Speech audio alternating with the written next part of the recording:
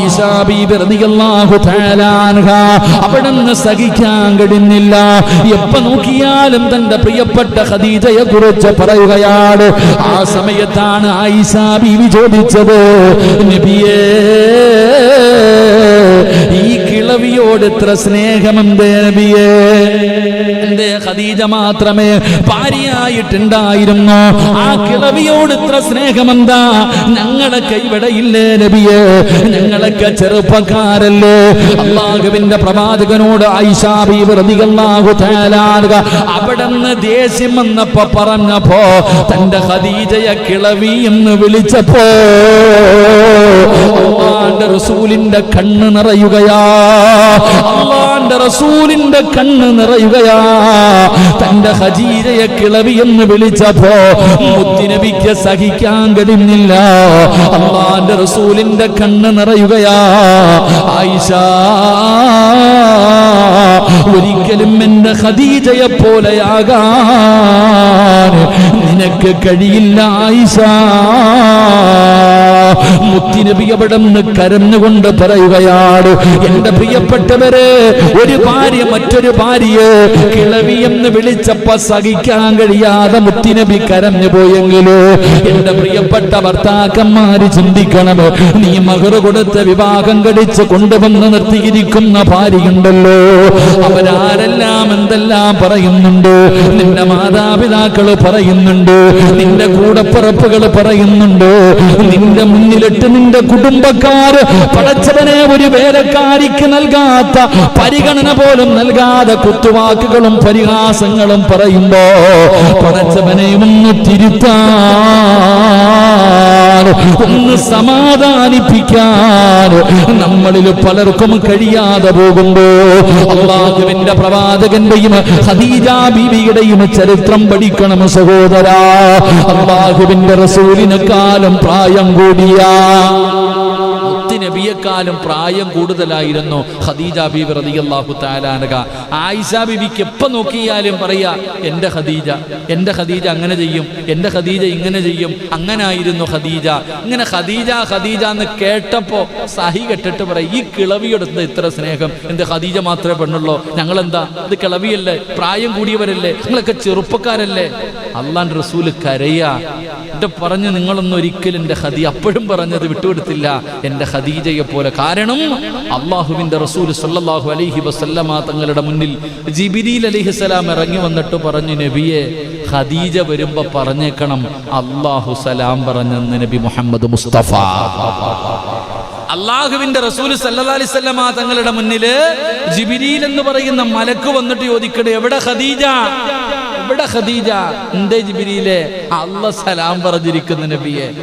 ഖദീജ ബീബി റളിയല്ലാഹു തആല അൻഹ വരുമ്പോ പറയണം, അല്ലാഹു സലാം പറഞ്ഞു, ഈ ജിബ്രീൽ സലാം പറഞ്ഞെന്ന് പറഞ്ഞേക്കണം നബിയെ. അല്ലാഹു സലാം പറഞ്ഞവളാ മഹദി ഖദീജ ബീബി റളിയല്ലാഹു തആല അൻഹ. 25 കൊല്ലം അല്ലാഹുവിന്റെ പ്രവാചകൻ സല്ലല്ലാഹു അലൈഹി വസല്ലമ തങ്ങളുടെ കൂടെ ജീവിച്ചിട്ട് ഒരിക്കൽ പോലും ശബ്ദം ഉയർത്തിയിട്ടില്ല മുത്തുനബിയുടെ മുന്നിൽ. അല്ലാഹു നമുക്ക് ഈമാൻ നൽകുമാറാകട്ടെ. അല്ലാഹ് ഈമാൻ നൽകുമാറാകട്ടെ. നിങ്ങൾ ആലോചിച്ചേ, എടാ, ഈ കൂടെ പഠിക്കുന്ന 2 ചെറുപ്പക്കാർ തമ്മിൽ, 2 ഇന്ന് സ്കൂളിൽ പഠിക്കുന്ന കുട്ടികൾ ഒരേ ക്ലാസ്സിൽ പഠിക്കുന്നവർ വിവാഹം കഴിക്കും. എങ്ങനെ? ഡാ ഇങ്ങോട്ട് വാടാ, ആരെ വിളിക്കണ? കാക്കാനെ, കെട്ടിയവനെ. ഭർത്താവിനെ വിളിക്കട, ഇങ്ങോട്ട് വാടാ, അടി ഇങ്ങോട്ട് വാടാ, ഇങ്ങനെ വിളിക്കണ, ഡാ അടി. കാരണം അതൊരു ബന്ധം, കൂട്ടുക, അങ്ങനെയായി ബന്ധം. എന്റെ പ്രിയപ്പെട്ട സഹോദരങ്ങളെ, റസൂലുള്ളാഹി തങ്ങൾക്ക് 25 വയസ്സ് 40 വയസ്സ് വ്യത്യാസം. എത്ര വയസ്സ്? 15 വയസ്സിന്റെ വ്യത്യാസം. എത്ര വയസ്സ്? ഈ 15 വയസ്സിന്റെ വ്യത്യാസമുള്ള ഖദീജ ബീബി റളിയല്ലാഹു തആല അൻഹ ഒരിക്കൽ പോലും 25 കൊല്ലത്തിന്റെ ഇടയിൽ ഒരു പ്രാവശ്യം പോലും റസൂലുള്ളാഹി തങ്ങളുടെ മുന്നിൽ എന്തേ എന്നൊന്ന് ശബ്ദമുയർത്തിയിട്ടില്ല. 25 കൊല്ലം ജീവിച്ചിട്ട് അല്ലാഹുവിന്റെ റസൂൽ സല്ലല്ലാഹു അലൈഹി വസല്ലമ തങ്ങളുടെ മുന്നിൽ പ്രവാചകൻ കേട്ടിട്ടില്ല ഖദീജയുടെ ശബ്ദം. എന്തേ എന്ന് ഒന്ന് വലിയ ശബ്ദത്തിൽ അല്ലാഹുവിന്റെ റസൂലിന്റെ മുന്നിൽ 25 കൊല്ലം ഒരിക്കൽ പോലും ഏത് സമയത്തും എത്ര ദേഷ്യം വന്നിട്ട് പോലും ഖദീജ ബീബി ശബ്ദമുയർത്തി സംസാരിച്ചിട്ടില്ല. അതുകൊണ്ടാണ് അല്ലാഹുവിന്റെ റസൂല് പറഞ്ഞത്, മഹാനായ പ്രവാചകൻ സല്ലല്ലാഹു അലൈഹി വസല്ലമ തങ്ങൾ പറഞ്ഞു, എന്റെ ഖദീജയ്ക്ക് സ്വർഗ്ഗത്തിലൊരു കൊട്ടാരമുണ്ട്. എന്റെ ഖദീജയ്ക്ക് സ്വർഗ്ഗത്തിലൊരു കൊട്ടാരമുണ്ട്. സാധാരണ കൊട്ടാരമല്ല, ഒരു മുത്തിന്റെ കൊട്ടാരമാണ്. പടച്ചവനെ വെളിയിൽ നിന്ന് നോക്കിയാൽ അല്ലാഹുവേ അകംഭാവം കാണുന്ന, ഉൾഭാഗം മുഴുവനും കാണുന്ന മനോഹരമായ ഒരു മുത്തിന്റെ കൊട്ടാരം, ഒരു മനുഷ്യനും ശല്യം ചെയ്യാത്ത ഒരു ഭാഗത്താണ്. അല്ലാഹുവിന്റെ റസൂല് പറഞ്ഞു, എന്റെ ഖദീജയ്ക്ക് അല്ലാഹു കൊടുക്കുന്ന പ്രതിഫലമാ. എന്തിനെന്നറിയുമോ? 25 കൊല്ലം അല്ലാഹുവിന്റെ പ്രവാചകന്റെ കൂടെ ജീവിച്ചിട്ട് ഒരിക്കൽ പോലും ശബ്ദമുയർത്തി സംസാരിക്കാത്തതിന് റബ്ബ് കൊടുക്കുന്ന പ്രതിഫലമാ എന്ന് പ്രവാചകൻ അവിടുന്ന് പറഞ്ഞു തരുമ്പോ, എന്റെ പ്രിയമുള്ളവരെ, ഇന്നത്തെ ഭാര്യമാർക്കും തന്റെ ഭർത്താവിന്റെ മുന്നിൽ ശബ്ദമുയർത്താതെ ഭർത്താവിനെ ആദരിക്കുകയും ബഹുമാനിക്കുകയും ആ മനുഷ്യന് കൊടുക്കേണ്ട സ്ഥാനം കൊടുക്കുകയും ചെയ്യുന്ന പെണ്ണിന് അല്ലാഹു കൊടുക്കുന്ന പ്രതിഫലമാണെന്ന് നബി മുഹമ്മദ് മുസ്തഫ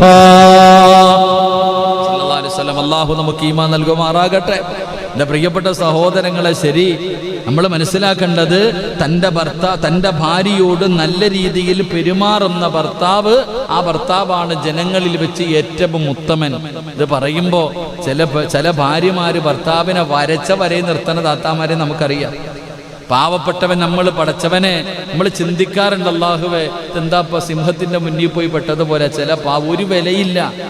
നമുക്കറിയുന്ന എത്രയോ ഭർത്താക്കന്മാർ നമ്മുടെ മുന്നിലൊക്കെ വലിയ ആൾക്കാരെ പോലെ നടക്കും. പക്ഷേ ഭാര്യയുടെ മുന്നിൽ ഒരു വിലയില്ലാതെ, എന്താ പറയുക, ഒരു പ്രത്യേകതരം ജീവികളെ പോലെ കിടന്ന് ചാടുന്ന ചില പെണ്ണുങ്ങളുണ്ട്. ഭർത്താവിനോട് ബഹുമാനമില്ല, അയാൾ ആദരിക്കണില്ല. അദ്ദേഹത്തിന്റെ റസൂലുള്ളാഹി സ്വല്ലല്ലാഹു അലൈഹി വസല്ലം തങ്ങൾ പറഞ്ഞു, ലോകത്ത് ആരുടെയെങ്കിലും മുന്നിൽ സുജൂദ് ചെയ്യാൻ പറയുമായിരുന്നെങ്കിൽ ഭാര്യ ഭർത്താവിന്റെ മുന്നിൽ ചെയ്യാൻ ഞാൻ പറയുമായിരുന്നു. അത്രയും ബഹുമാനം കൊടുക്കണം ഭർത്താവിന്. ആരാ കൊടുക്കുക? ചില പെണ്ണുങ്ങൾ. സങ്കടം തോന്നാറുണ്ട് ചിലരുടെ ജീവിതം കാണുമ്പോൾ. മക്കളെ ഓർത്തിട്ടൊക്കെ ഇങ്ങനെ ജീവിക്കണ ചില ഭർത്താക്കന്മാരും ഉണ്ട്. അല്ലാഹു അവർക്ക് അയ്യൂബ് നബിയുടെ പ്രതിഫലം കൊടുത്ത് അനുഗ്രഹിക്കുമാറാകട്ടെ. ആകെ സമാധാനവത അയ്യൂബ് നബിയുടെ പ്രതിഫലം കിട്ടും. ഭർത്താവിൻ്റെ പീഡനങ്ങൾ സഹിച്ച് ജീവിക്കുന്ന മക്കളായിപ്പോയി. കുടിയനാണെങ്കിലും പെണ്ണുപിടിയനാണെങ്കിലും കള്ളനാണെങ്കിലും എത്ര വൃത്തികെട്ടവനാണെങ്കിലും 3-4 മക്കളായി പോയില്ലേ ഉസ്താദ്, എന്ത് ചെയ്യാനാ, ഇനി ജീവിതം എങ്ങനെ അങ്ങ് പോകട്ടെ എന്ന് പറഞ്ഞ് മക്കൾക്ക് വേണ്ടി ജീവിക്കുന്ന പെണ്ണുങ്ങളെ നമുക്കറിയാം. അവർക്ക് ആസിയ ബീവിയുടെ പ്രതിഫലം, ഫിറഔനിന്റെ ഭാര്യയായ ആസിയ ബീവി റളിയല്ലാഹു തആല അൻഹ അല്ലാഹു കൊടുക്കുന്ന പ്രതിഫലമാ ഇങ്ങനെയുള്ള പെണ്ണിന് കൊടുക്കുക. അതുപോലെ തന്നെ ഭാര്യയുടെ പീഡനം സഹിച്ച് ജീവിക്കുന്ന ഭർത്താക്കന്മാരുണ്ട്. അവർക്ക് പാവം കേസൊന്നുമില്ല, കോടതിയൊന്നും പോകാൻ പറ്റില്ലല്ലോ. എൻ്റെ പ്രിയപ്പെട്ടവരെ, കുത്തുവാക്കും പരിഹാസവും കളിയാക്കലും നാണം കെടുത്തലും പ്ലസ് വേണയപ്പെടുത്തുകൂടി മറ്റവരുടെ മുന്നിൽ വെച്ചിട്ട് വാണാന്ന് പറഞ്ഞ് അടക്ക എന്ന് പറഞ്ഞ ഭർത്താവിനെ പരിഹസിക്കുന്നവരുണ്ട്. ഭർത്താവ് തന്നെ നമ്മൾ ചിന്തിക്കണം. ഇവിടെ പെണ്ണുങ്ങൾ മനസ്സിലാക്കേണ്ടത്, ഈ കുട്ടികൾ വന്നിട്ട് ഉമ്മടുത്ത് വരും, ഉമ്മ അവിടെ വരെ പോണം, അത് വിട്ടേരാ, നീ പറയൊന്നും വേണ്ട, പോയേക്ക. ഒരു വിലയില്ല വാപ്പായ്ക്ക്, ഒരു വില കൊടുക്കാത്തവർ.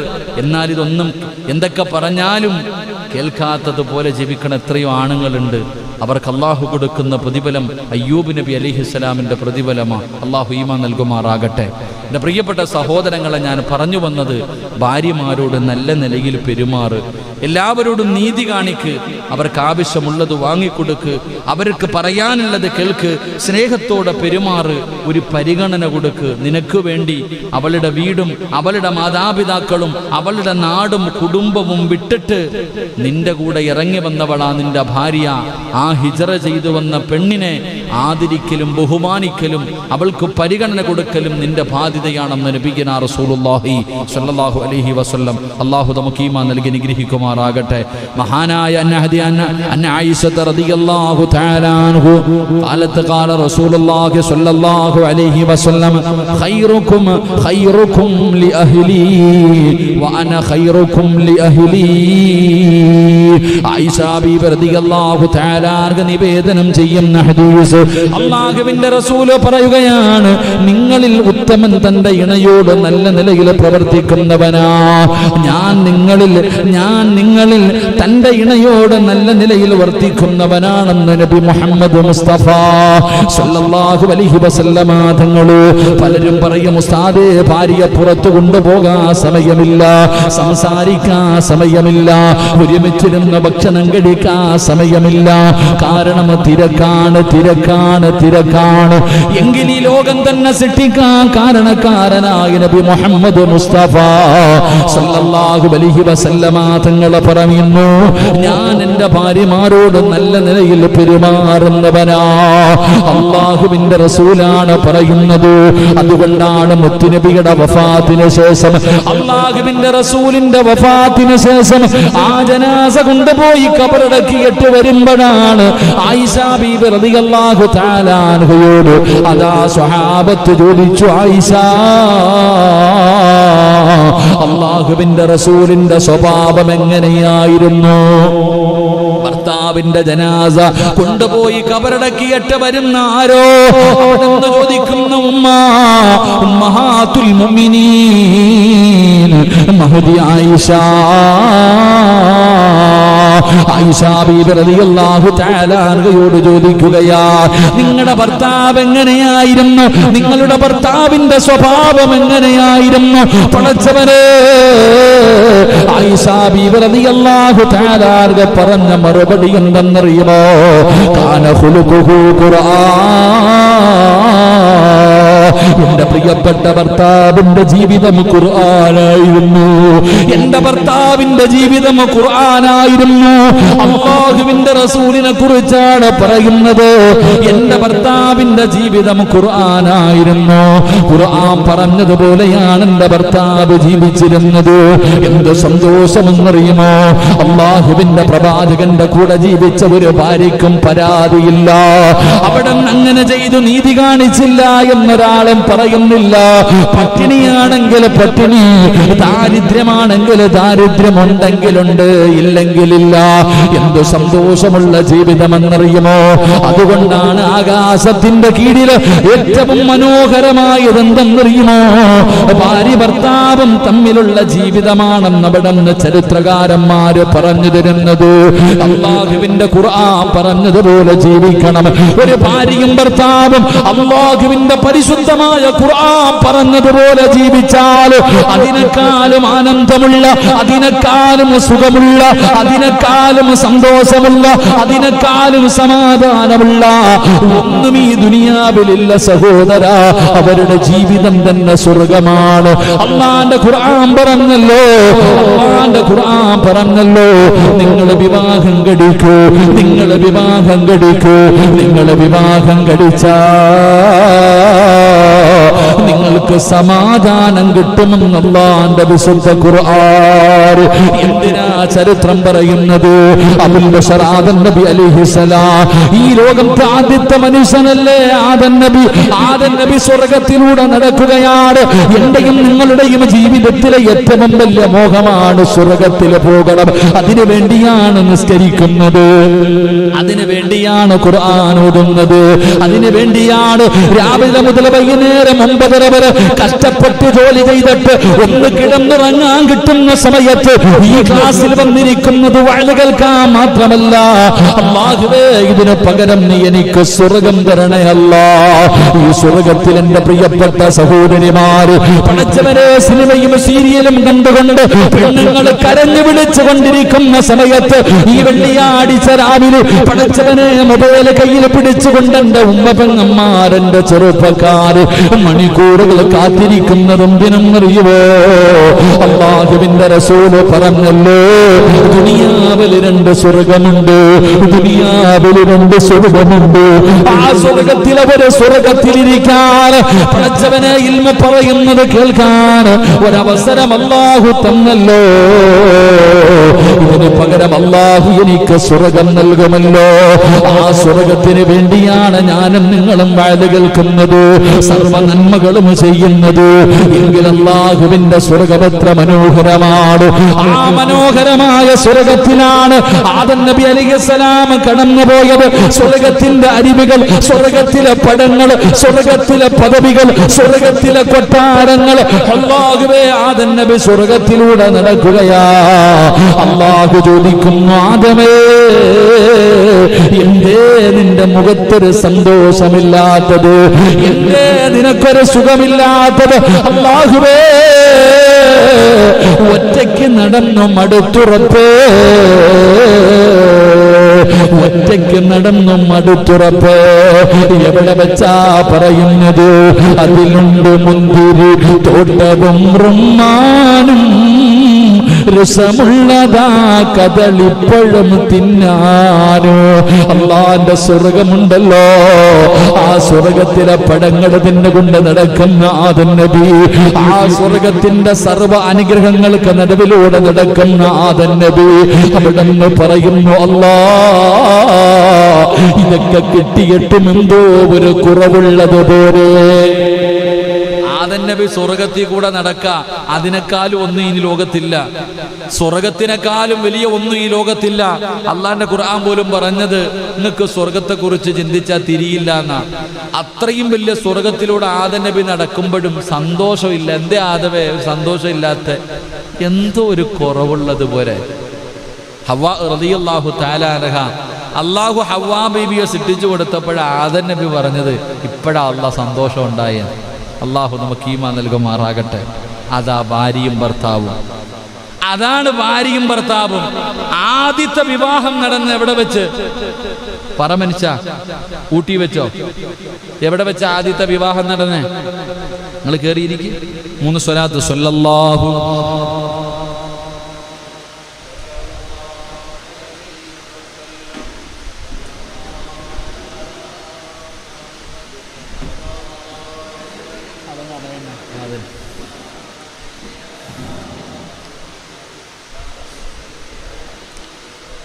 അള്ളാഹു സ്വീകരിക്കുമാറാകട്ടെ.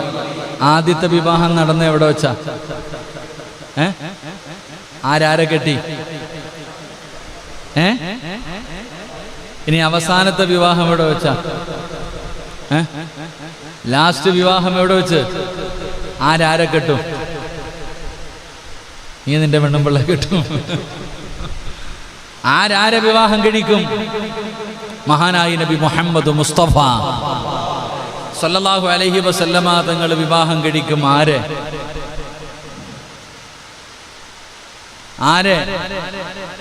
രണ്ട് മഹദിമാരെ ഖുർആൻ പറയുന്നുണ്ട്. ഒന്ന് ഈസാ നബി അലൈഹിസ്സലാമിന്റെ പ്രിയപ്പെട്ട ഭാര്യ ഉമ്മ മറിയം ബീവി റളിയല്ലാഹു തആല അൻഹ. സൂറത്തു മറിയം. ഈസാ നബിയുടെ ഉമ്മ മറിയം ബീവി കല്യാണം കഴിച്ചിട്ടുണ്ടോ?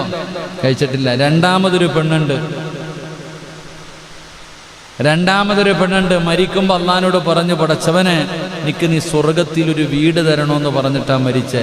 സാക്ഷാൽ ഫിർഔനിന്റെ ഭാര്യ ആസിയ ബീബി റളിയല്ലാഹു തആല അൻഹ അള്ളാഹിനോട് പറഞ്ഞു, പടച്ചവനെ, എനിക്ക് എൻ്റെ കൊട്ടാരമോ പണമോ എനിക്കൊന്നും വേണ്ട, അല്ലാഹ് വേണ്ട, സ്വർഗത്തിൽ നീ എനിക്ക് തന്നാ മതി.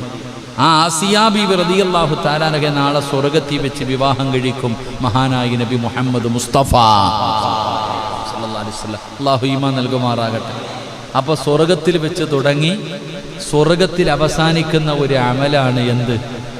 നിക്കാഹ്. അതുകൊണ്ടാ പറഞ്ഞത്, അള്ളാഹുവിന് ഏറ്റവും ഇഷ്ടപ്പെട്ട സ്ഥലത്ത് വെച്ച് വേണം നിക്കാഹ് നടത്താൻ. അപ്പൊ ഭൂമിയിൽ അള്ളാഹിന് ഏറ്റവും ഇഷ്ടപ്പെട്ട സ്ഥലം ഏതാ? എവിടാ? ഓഡിറ്റോറിയം. എവിടെ?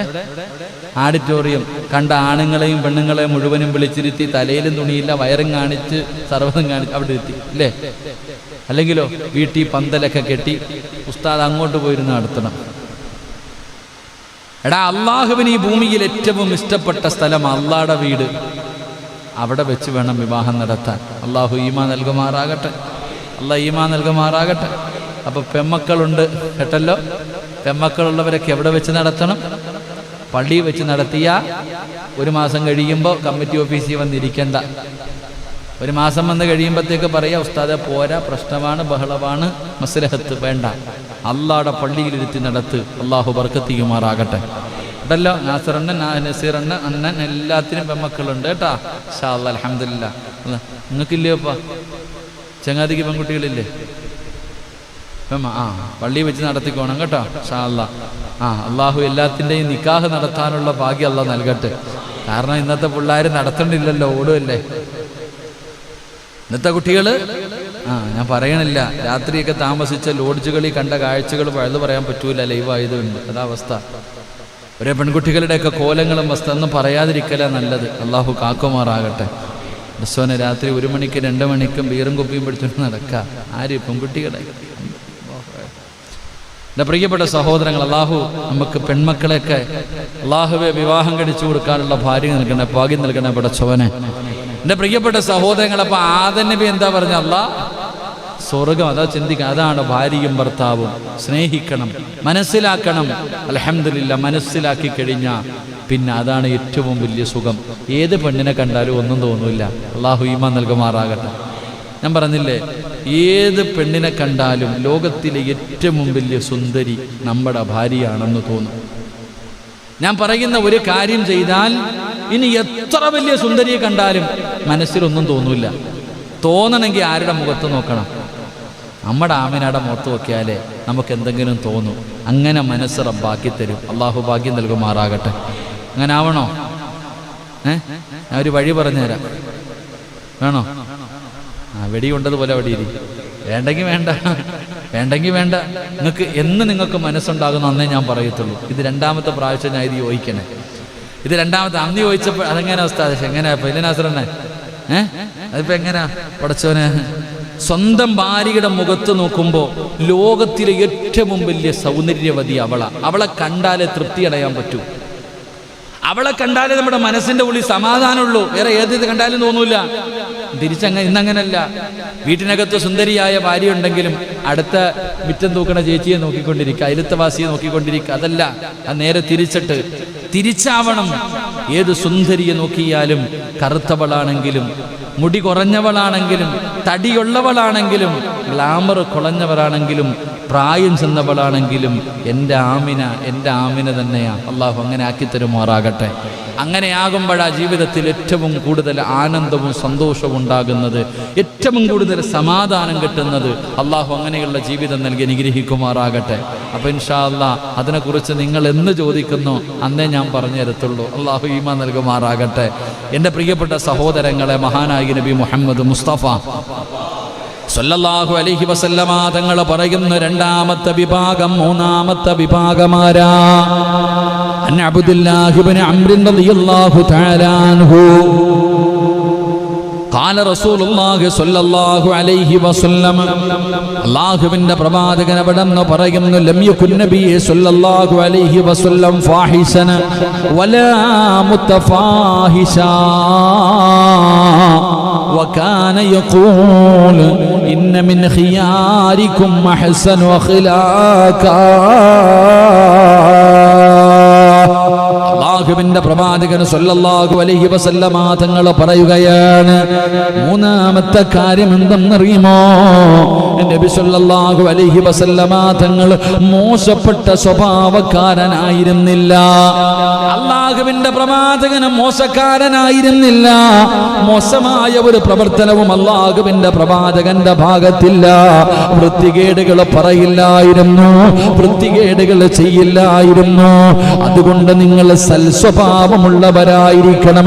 നിങ്ങളിൽ ആർക്കാണോ സൽസ്വഭാവമുള്ളത് അവനാണ് നിങ്ങളിൽ ഉത്തമനെന്ന് നബി മുഹമ്മദ് മുസ്തഫ സല്ലല്ലാഹു അലൈഹി വസല്ലമ തങ്ങൾ. അല്ലാഹുവിന്റെ പ്രവാചകനും വരെ ഒരാളെയും ചീത്ത പറഞ്ഞിട്ടില്ല, ഒരാളെയും അല്ലാഹുവിന്റെ റസൂൽ കുറ്റം പറഞ്ഞിട്ടില്ല, ഏസനിയോ പരദൂഷണമോ പറഞ്ഞിട്ടില്ല, ഒരാളെയും അല്ലാഹുവിന്റെ പ്രവാചകന് പരിഹസിച്ചിട്ടില്ല, ഒരാളെയും അല്ലാഹുവിന്റെ റസൂൽ റസൂല് കളിയാക്കിയിട്ടില്ല, വൃത്തികേടുകൾ ചെയ്തിട്ടില്ല. അല്ലാഹുവിന്റെ പ്രവാചകൻ നല്ല സ്വഭാവമുള്ള ആളായിരുന്നു. അതുകൊണ്ട് നിങ്ങളിൽ ആർക്കാണോ നല്ല സ്വഭാവമുള്ളത് അവനാണ് നിങ്ങളിൽ ഏറ്റവും ഉത്തമനെന്ന് ആദരവായ പ്രവാചകൻ നബി മുഹമ്മദ് മുസ്തഫ സല്ലല്ലാഹു അലൈഹി വസല്ലമ തങ്ങൾ പറയുമ്പോൾ നിങ്ങൾ മുത്തുനബിയുടെ ചരിത്രം എടുത്തു നോക്കൂ. പ്രവാചകൻ അങ്ങനായിരുന്നു. അല്ലാഹുവിന്റെ റസൂലിന്റെ തലയിൽ നിസ്കരിച്ചു കൊണ്ടിരിക്കുന്ന പ്രവാചകന്റെ തലയില് കഥാ പുഴുത്ത് അളിഞ്ഞു കിടക്കുന്ന കുടൽമാല കൊണ്ടുവന്ന് മുത്തുനബിയുടെ മുകളിലിട്ടല്ലോ. അള്ളാന്റെ റസൂൽ അതേ കിടപ്പ് കിടന്നു. അവസാനം തന്റെ പൊന്നാര മകള് വന്നിട്ട് ആ ഉപ്പാന്റെ തലയിൽ കിടക്കുന്ന കുടലിന്റെ മാലകൾ മുഴുവനും ആ പുഴുത്തണിഞ്ഞ് കിടക്കുന്നത് മുഴുവനും അള്ളാഹുവിന്റെ പ്രവാചകന്റെ തലയിൽ നിന്ന് എടുത്തു മാറ്റിയിട്ട് സമാധാനിപ്പിച്ചപ്പോഴും അള്ളാഹുവേ റസൂലുള്ള ചിരിക്കുകയായിരുന്നു. എന്ത് പറഞ്ഞാൽ മുത്തുനബിയുടെ മുഖത്ത് നോക്കിയിട്ട് തുപ്പിയല്ലോ, മുത്തുനബിയുടെ മുകളിലൂടെ ചപ്പ് ചവറുകൾ എടുത്തെറിഞ്ഞല്ലോ, അല്ലാഹുവിന്റെ റസൂലിനെ കല്ലെറിഞ്ഞല്ലോ, റസൂലുള്ളാഹിയുടെ ശരീരത്തിൽ നിന്ന് രക്തമൊലിച്ചല്ലോ. എന്തിനാ സഹോദരാ? അല്ലാഹുവിന്റെ പ്രവാചകന്റെ മുഖത്തടിച്ചല്ലോ. അതാ പ്രവാചകന് വെള്ളം കോരിക്കൊണ്ടിരുന്നപ്പോ കോരുന്ന തൊട്ടി വെള്ളത്തിന്റെ അകത്ത് വീണുപോയി. ആ സമയത്താണ് അല്ലാഹുവിന്റെ പ്രവാചകന്റെ മുഖത്തേക്ക് ആ തോട്ടത്തിന്റെ മുതലാളി മുത്തുനബിയുടെ മുഖത്തേക്ക് അടിച്ചപ്പോ അടി കൊണ്ടിട്ട് പോലും അല്ലാഹുവിന്റെ റസൂല് ചിരിക്കുകയായിരുന്നു. പ്രവാചകന്റെ മുഖത്തൊരു മാറ്റമില്ല. റസൂലുള്ളാഹി നിങ്ങൾക്ക് ദേഷ്യമില്ല. അല്ലാഹുവിന്റെ റസൂലൊന്നും മിണ്ടിയില്ല. അവസാനം കിണറ്റിനകത്ത് വീണ് തൊട്ടികിടത്ത ആ മനുഷ്യന്റെ കയ്യിൽ കൊടുത്തിട്ട് ചിരിക്കുന്ന മുഖത്തോടെ ചോദിച്ചു, മനുഷ്യ എന്റെ കൂലിയൊന്ന് തരുവോ, എന്റെ കൂലിയൊന്ന് തരുവോ? ലോകത്തിന്റെ നേതാവ് ആ ചിരിക്കുന്ന മുഖത്തോട് ആ മനുഷ്യൻ പോലും ചിന്തിച്ചു, ആരാണ് റബ്ബേ? തല്ല് കൊണ്ടിട്ട് പോലും ആ മനുഷ്യന്റെ മുഖത്തൊരു മാറ്റമില്ലല്ലോ. അല്ലാഹുവേ, ഇത് സാധാരണ മനുഷ്യനല്ല. എന്റെ പ്രിയപ്പെട്ടവരെ, എന്തിനാണ് അല്ലാഹുവിന്റെ പ്രവാചകന്റെ മനസ്സുവല്ലാതെ വേദനിപ്പിച്ച ഒരു മരണമാണ് സയ്യിദു ശുഹദാഇ ഹംസ. തന്റെ കൊച്ചാപ്പയായ ഹംസ റളിയല്ലാഹു തആല പിടിച്ചവരെ മുഖത്തിന്റെ രണാകണത്തിൽ തല വേറെ കൈകാലുകൾ വേറെ തലയോട്ടിക്കകത്ത് കള്ളടിച്ചു കുടിച്ചല്ലോ. ഹംസ റളിയല്ലാഹു തആല ന്റെ കരള് ചവച്ച് തുപ്പുകയാണ്. ഹംസ റളിയല്ലാഹു തആല ന്റെ അല്ലാഹുവേ, ഹംസ റളിയല്ലാഹു തആല ന്റെ കരള് ചവച്ച് തുപ്പുകയാ. ഹിന്ദെന്ന് പറയുന്ന പെണ്ണ് വഹ്ശി റളിയല്ലാഹു തആല വഹ്ശിയെ നിങ്ങൾക്കറിയുമല്ലോ. ആ വഹ്ശിയാണല്ലോ ഇതെല്ലാം ചെയ്തത്. അല്ലാഹുവിന്റെ റസൂല് കരഞ്ഞു പോയല്ലോ. ഹംസ റളിയല്ലാഹു തആല ഇന്നും കാണാം സഹോദരാ.